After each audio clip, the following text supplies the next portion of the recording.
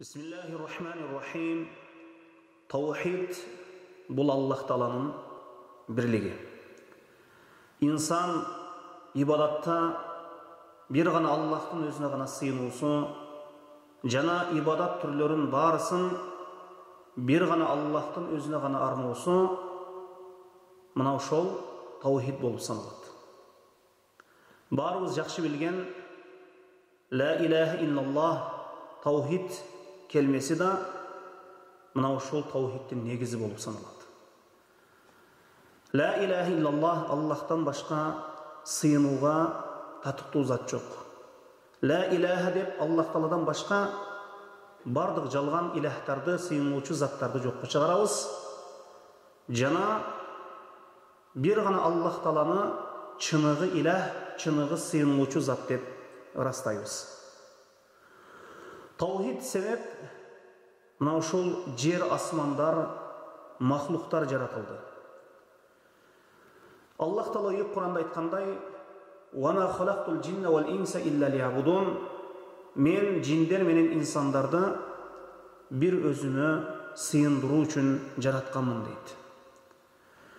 Мына ошондуктан таухид себеп биз Аллахтын душмандарын, Аллахтын душмандары ким экенин, жана Аллахка иман келтирген Аллахтын достору ким экенин биз жакшы билип алабыз.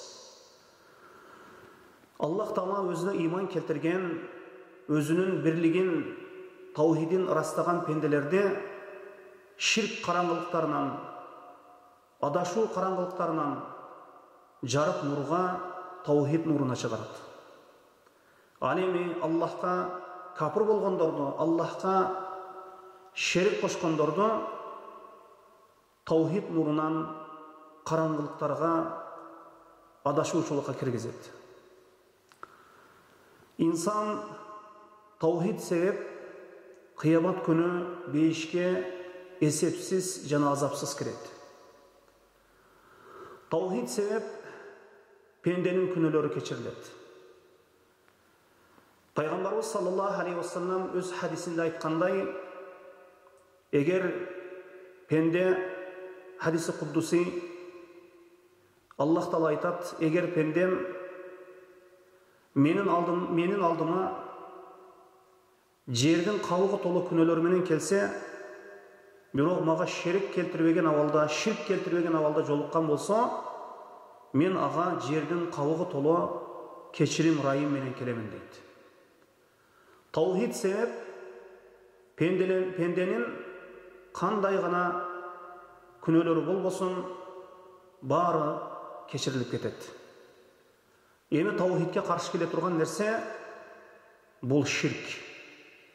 Таухидти бузуп таштай турган нерсе дагы, пенденин амалдарын жок кыла турган нерсе дагы эң коркунучтуусу мына ушул ширк. Аллах Таала Ыйык Куранда Пайгамбарыбыз саллаллаху алейхи вассаламды эскертип: "Ла ин ашракта ла яхбатанна амалук." О Мухаммад саллаллаху алейхи вассалам, bir şirk keltirсең, амалдарың күйүп жок болот деген. Мына ошондуктан пенделердин акыр акыбети таухид себеп пенделер бейиштик болот. Пенделердин акыр акыбети ширк себеп капырлык, куфур, ширк себеп тозоку болот.